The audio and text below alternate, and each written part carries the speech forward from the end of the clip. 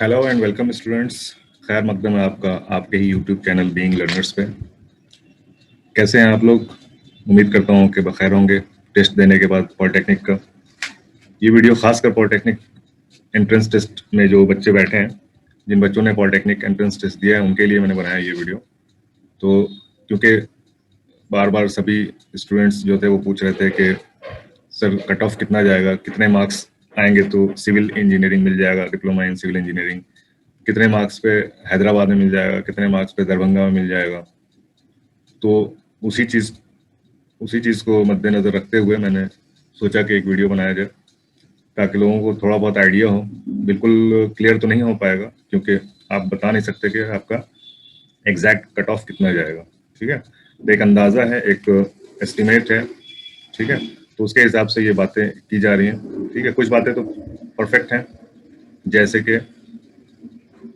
कि seat seat कितनी है, हर जगह फिक्स सीट है। रिजर्वेशन कितना है, रिजर्वेशन भी फिक्स है सबका। ठीक है, तो स्टार्ट करते हैं, हम सीट से बात करते हैं। सीट कहाँ कहाँ पे कितनी कितनी सीटें हैं। ठीक है, तो सीट है हमारा पेज नंबर 50 पे है सीट।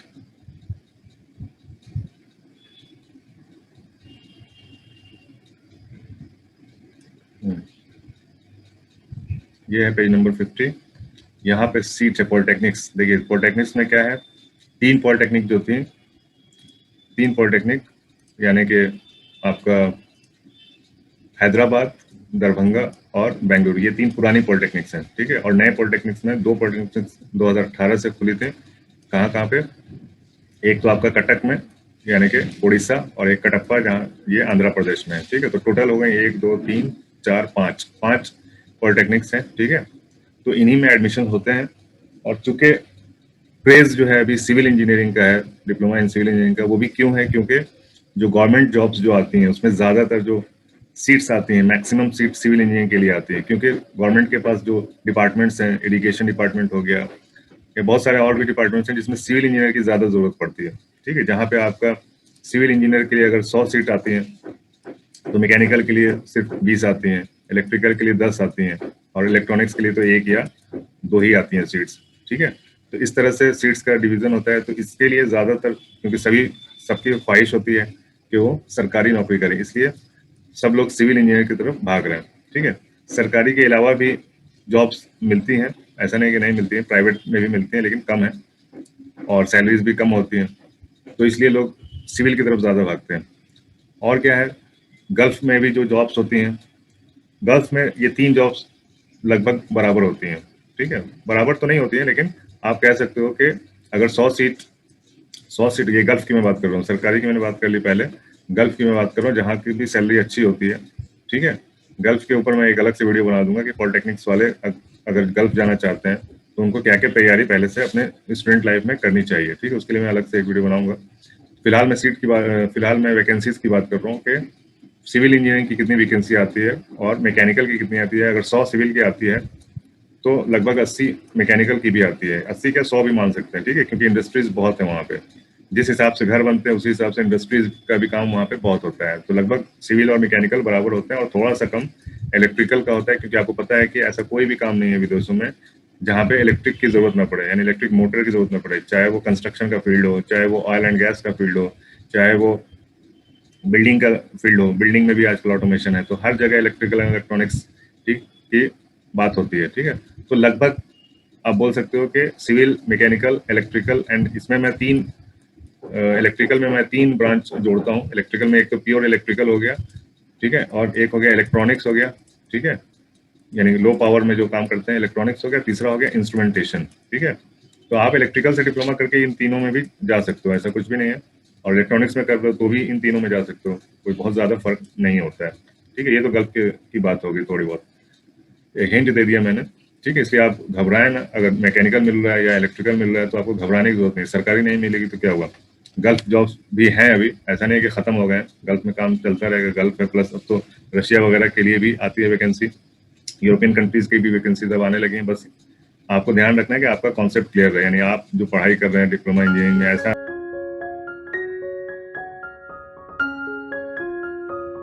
ना करें कि आप बस पास करना है एग्जाम, ऐसा नहीं है। थोड़ा नॉलेज लें, थोड़ा सा।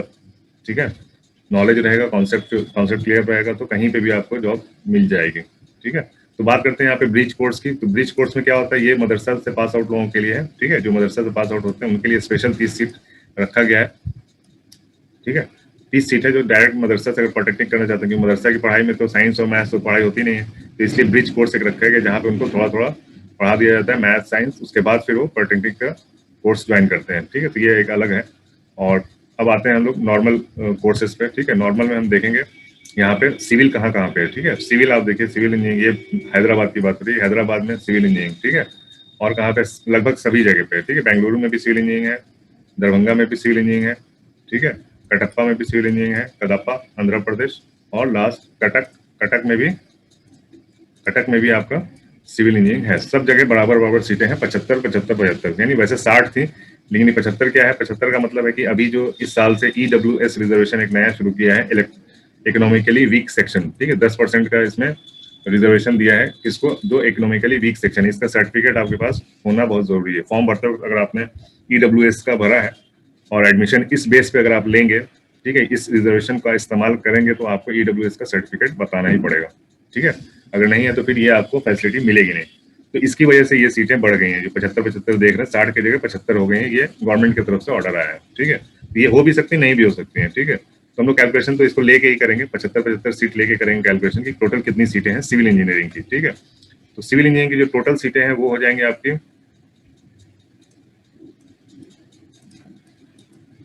टोटल जो सीटें हैं सिविल इंजीनियरिंग की वो है आपकी 75 × 5, यानी कि ये हो गया 375, यानी 375 सीटें टोटल हैं आपकी सिविल इंजीनियरिंग की। सिविल इंजीनियरिंग में आपको पता है कि लेडीज बहुत कम आती हैं। ठीक है, लेडीज का 1/3 रिजर्वेशन होता है मानू यूनिवर्सिटी में। ठीक है, 1/3 हर कोर्स में होता है, तो ये पूरे कोर्स में होता है, लेकिन इसमें ज्यादातर जो लड़कियां जो लेती हैं एडमिशन, वो लेती हैं इंफॉर्मेशन टेक्नोलॉजी और इलेक्ट्रॉनिक्स कम्युनिकेशन इंजीनियरिंग में या कंप्यूटर इंजीनियरिंग में। तो सिविल इंजीनियरिंग आपका लड़कियों से तो फ्री है कम से कम। ठीक है, तो 375 में अब आप रिजर्वेशन काउंट करेंगे तो रिजर्वेशन काउंट हो जाएगा आपका, इसमें 3 रिजर्वेशन होता है। ठीक है, 3 टाइप का रिजर्वेशन होता है। कौन कौन सा होता है, एक तो 15% आपका होता है SC का। ठीक है, ST का होता है 7.5% या उल्टा होता होगा। ठीक है, तो टोटल हो गया ये आपका 22.5%। ठीक है, 22.5% ये हो गया, प्लस OBC 27%। ठीक है, तो ये टोटल हो जाएगा आपका 729, यानी कि 49% आपका रिजर्व कोटा हो जाएगा। अगर आप जनरल की बात कर रहे हैं तो आपके लिए सीट बचेगा इसमें से लगभग आधा सीट, यानी कि 150 और 75। ठीक है, तो टोटल हो जाएगा आपका 137 138 के आसपास। ठीक है, तो अगर आप जनरल हैं, ठीक है, और आपने पहला चॉइस जो भी भरा है सिविल, ठीक है, अगर सिविल भरा है आपने फर्स्ट चॉइस भरा ही होगा, तो अगर आप 137 के अंदर आते हैं, रैंक अगर आपका 150 के अंदर आता है, तो 100% चांस है कि आप को सिविल इंजीनियरिंग मिल जाएगा, यानी आपके चॉइस के हिसाब से जहां का आपने भरा है फर्स्ट चॉइस। यानी आपका 2 चॉइस होता है, एक तो आपका जगह, ठीक है, आपको कौन सा ब्रांच लेना है। ठीक है, पहला चॉइस है आपका ब्रांच, कौन सा ब्रांच लेना है, यानी कि इंजीनियरिंग कौन सी करनी है आपको, और दूसरा चॉइस होता है आपको कहाँ से करनी है। ठीक है, प्लेस। तो ये अगर आप 150 के अंदर आते हैं तो 100% जो चाहेंगे आपको मिल जाएगा, जो आपने फॉर्म में भरा होगा पहले से। ठीक है, बाद में पहले होता था कि हम लोग बाद में काउंसलिंग में भरते थे, लेकिन अभी जो फॉर्म में आपने भर दिया है वही आपको मिलेगा अगर आप 150 से 200 तक में आते हैं। क्यों 200 क्यों बोल रहा हूँ, 200 इसलिए बोल रहा हूँ, कोई जरूरी नहीं कि टॉप जो है वो सबको सिविल ही चाहिए, कुछ को अपने हिसाब से मैकेनिकल चाहिए होता है। ठीक है, हो सकता है लड़कियां आएंगी उसमें। ठीक है, अगर टॉप में लड़कियां, ज्यादातर आजकल के टेस्टों में लड़कियां टॉप पे आती हैं, तो लड़कियां टॉप में आएंगी, वो तो लेंगी आपकी क्या लेंगी, वो इन्फॉर्मेशन टेक्नोलॉजी लेंगे, इलेक्ट्रॉनिक्स लेंगे, कंप्यूटर लेंगे, सिविल तो लेंगे नहीं, तो वो सारी सीटें आपकी बच जाएंगी। तो मैं मेरे हिसाब से 250 तक, 2 से 250 तक जो आपका रैंक होगा वो उन लोगों को आराम से सिविल इंजीनियरिंग जहां उन लोगों ने भरा होगा मिल जाएगा। ठीक है, उसके बाद आता है नंबर आपका मैकेनिकल का। ठीक है, तो मैकेनिकल का आप इसी से सिविल के हिसाब से आप अंदाजा लगा सकते हैं। मैकेनिकल ज्यादा जगह है नहीं। ठीक है, मैकेनिकल कहाँ कहाँ पे, सिर्फ 2 ही जगह पे है। ठीक है, चेंज कर देता हूँ मैं कलर। मैकेनिकल जो है आपका, ये देखिए, एक यहाँ पे मैकेनिकल है, यानी कि कडापा में मैकेनिकल इंजीनियरिंग है जो नया खुला है, और दूसरा यहाँ पे आपका कटक में। ये 2 जगह पे आपका मैकेनिकल इंजीनियरिंग है। तो 2 जगह का मतलब हो गया 150 सीट है सिर्फ।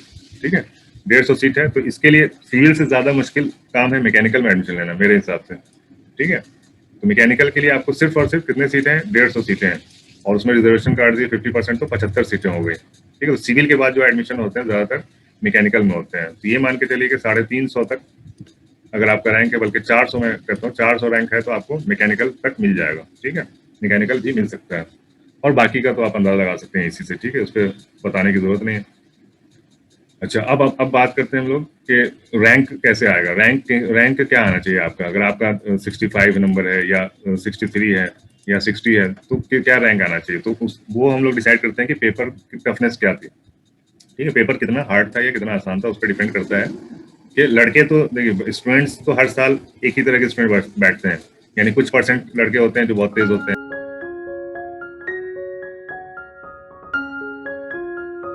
हार्ड वर्किंग होते हैं, तैयारी करके आते हैं। कुछ बच्चे होते हैं कम तैयारी करते हैं, कुछ ऐसे ही टहलते हुए आ जाते हैं टेस्ट देने के लिए।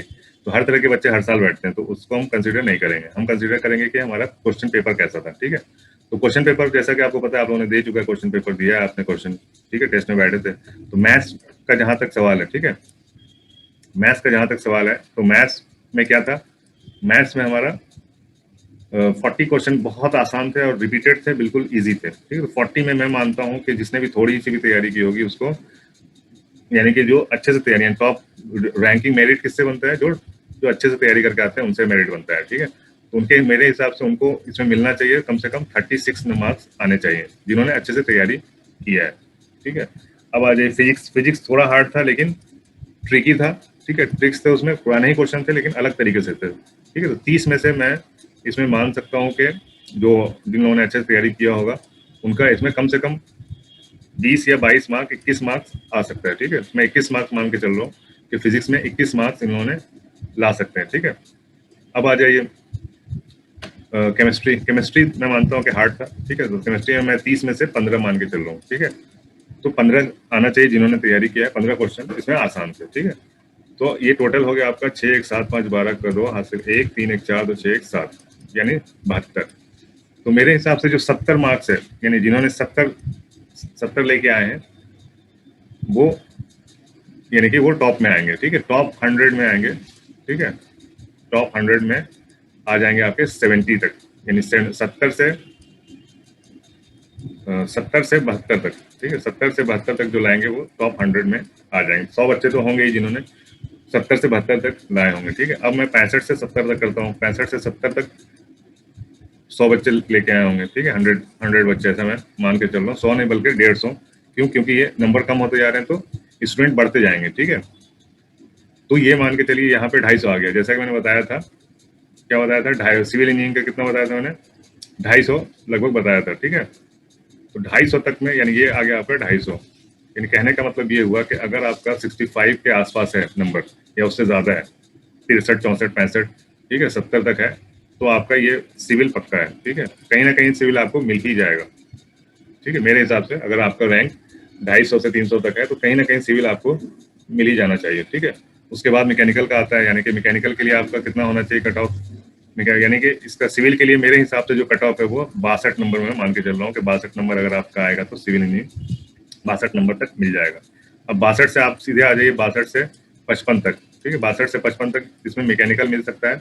ठीक है, ये मैं जनरल की बात कर रहा हूँ, रिजर्व कोटा में और कम में मिल सकता है। ठीक है, ये मैं जनरल की बात कर रहा हूँ। अब इसके हिसाब से आप सोच लीजिए कि अगर 62 में जनरल में मिल रहा है तो आपका रिजर्व कोटा में 50 से 50 नहीं बल्कि 55 से 62, यानी 55 से 62 अगर तक है, 55 तक भी है तो रिजर्व कोटा में यानी ओबीसी कोटा में आपको मिल जाएगा। और SC ST के लिए तो और भी बिल्कुल कम, 40 35 में भी उनका एडमिशन हो जाता है। ठीक है, तो अगर ओबीसी कोटा है आपका, EBS है या ओबीसी है, EBC या ओबीसी है, तो क्या हो जाएगा आपका 55 से लेकर 65 तक में सिविल इंजीनियरिंग आराम से आपको मिल जाना चाहिए। ये मेरा अनुमान है। ठीक है, ये कोई फिक्स नहीं है, आप इस पर आप क्लेम नहीं कर सकते हो कि आपने ऐसा बोला था वैसा बोला था। ठीक है, ये मेरा एक अनुमान है, जैसा कि सब लोग अनुमान लगाते हैं टेस्ट के पेपर देख के और बच्चों की तैयारी देख के। ठीक है, तो ये मेरा अनुमान है कि ओबीसी अगर है तो 55 से ऊपर है तो सिविल इंशाल्लाह मिलना चाहिए, और अगर जनरल है तो 60 के ऊपर 62 के ऊपर आपका आना चाहिए। ठीक है, सिविल के लिए मेन मुद्दा सिविल का ही है यहाँ पे, बाकी तो एडमिशन तो हो ही जाता है। यानी अगर आपने 40 से ऊपर लेके आए हैं तो किसी न किसी कोर्स में तो एडमिशन हो ही जाएगा आपका।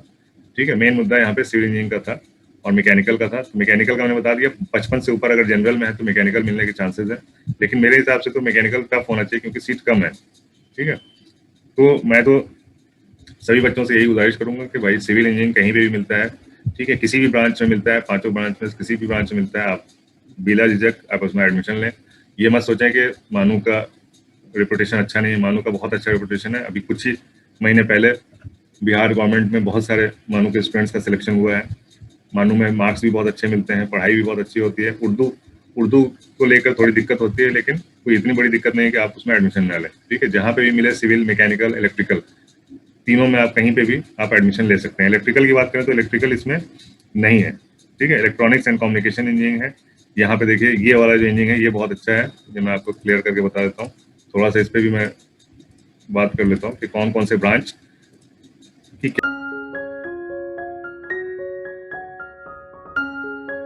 क्या क्या वैल्यूज हैं। ठीक है, तो यहाँ पे देखेंगे आप इलेक्ट्रिकल एंड इलेक्ट्रॉनिक्स। ठीक है, इलेक्ट्रिकल एंड इलेक्ट्रॉनिक्स की गल्फ में बहुत अच्छी डिमांड है, बशर्ते कि आपने अच्छे से डिप्लोमा इंजीनियरिंग किया हो और साथ में कोई एक छोटा सा कोर्स कर लिया हो। ठीक है, बहुत सारे कोर्स आते हैं डिप्लोमा इंजीनियरिंग के बाद जो फील्ड में आपको स्पेशलाइजेशन करा देते हैं, यानी स्पेशल आप हो जाते हैं उस फील्ड के। ठीक है, तो 3 महीना 6 महीने का कोर्स होता है, तो डिप्लोमा इंजीनियरिंग करने के बाद आप जरूर उस कोर्स को करें। ठीक है, बहुत सारे मैंने बताया ना 3 फील्ड है इसमें। 3 फील्ड कौन कौन से हैं? एक तो आपका इलेक्ट्रिकल फील्ड होता है। ठीक है, इलेक्ट्रिकल के बहुत सारे छोटे छोटे कोर्स होते हैं, वो आप कर सकते हैं, या फिर इंस्ट्रूमेंटेशन के कोर्स होते हैं, इंस्ट्रूमेंट टेक्नीशियन के कोर्स होते हैं। ठीक है, और क्वालिटी कंट्रोल इन इंस्ट्रूमेंटेशन के कोर्स होते हैं। ठीक है, तो ये सारे कोर्सेज होते हैं। और तीसरा होता है इलेक्ट्रॉनिक्स। ठीक है, इलेक्ट्रॉनिक्स में आपका सीसीटीवी, ठीक है, CCTV installation, fire fighting installation, ये सब का कोर्स होता है। तो ये सब कोर्स अगर आप डिप्लोमा इंजीनियरिंग के बाद कर लेते हैं तो गल्फ में इसकी बहुत अच्छी डिमांड है। प्लस आप अपना बिजनेस 2-4 साल काम करने के बाद इंडिया में भी आप अपना बिजनेस स्टार्ट कर सकते हैं, अपना काम स्टार्ट कर सकते हैं। आपके मानू से किए हुए एक साहब हैं, उन्होंने यही अपना बिजनेस सेटअप किया हुआ, इंटरनेट कनेक्शन देने का। ठीक है, उन्होंने दिल्ली में जॉब किया, फिर आकर बिहार में ही अपना एक सेटअप डाला, जो इंटरनेट, जो आप केबल के through internet, high speed internet provide करते हैं लोगों को। ठीक है, बहुत कम पैसे में, तो वो भी एक अच्छा बिजनेस है। बहुत सारे बिजनेस है करने के लिए। ठीक है, मेन मुद्दा क्या है कि आप डिप्लोमा इंजीनियरिंग को ईजी न लें। ठीक है, डिप्लोमा इंजीनियरिंग को बेकार मत समझें। जिसमें भी एडमिशन होता है, जिस डिपार्टमेंट में एडमिशन होता है, जिस तरह के डिप्लोमा इंजीनियरिंग में एडमिशन होता है, उसको बहुत अच्छे से कीजिए। डिप्लोमा इंजीनियरिंग कोई मामूली कोर्स नहीं है। ठीक है, आपको पता चली गया होगा, बहुत मेहनत किया होगा आपने। जब एडमिशन होगा तो आपको पता चलेगा आपने कितनी मेहनत से वहाँ पे एडमिशन लिया है। तो उसको ज़ाया ना करें, टाइम वेस्ट ना करें, और 3 साल में अच्छे से कॉन्सेप्ट को समझें ताकि आप उसको अपने प्रैक्टिकल लाइफ में इस्तेमाल कर सकें। ठीक है, उम्मीद करता हूँ कि वीडियो आपको पसंद आया होगा। पसंद आया तो शेयर कीजिए, लाइक कीजिए, और अगर चैनल पे पहली बार आए हैं तो सब्सक्राइब कीजिए, और कमेंट कीजिए अगर आपको कुछ और भी जानकारी चाहिए तो। ये छोटी सी जानकारी थी जो मैं देना चाहता था। तो इंशाल्लाह मिलते हैं फिर नेक्स्ट वीडियो में, तब तक के लिए have a nice day, goodbye, खुदा हाफिज़।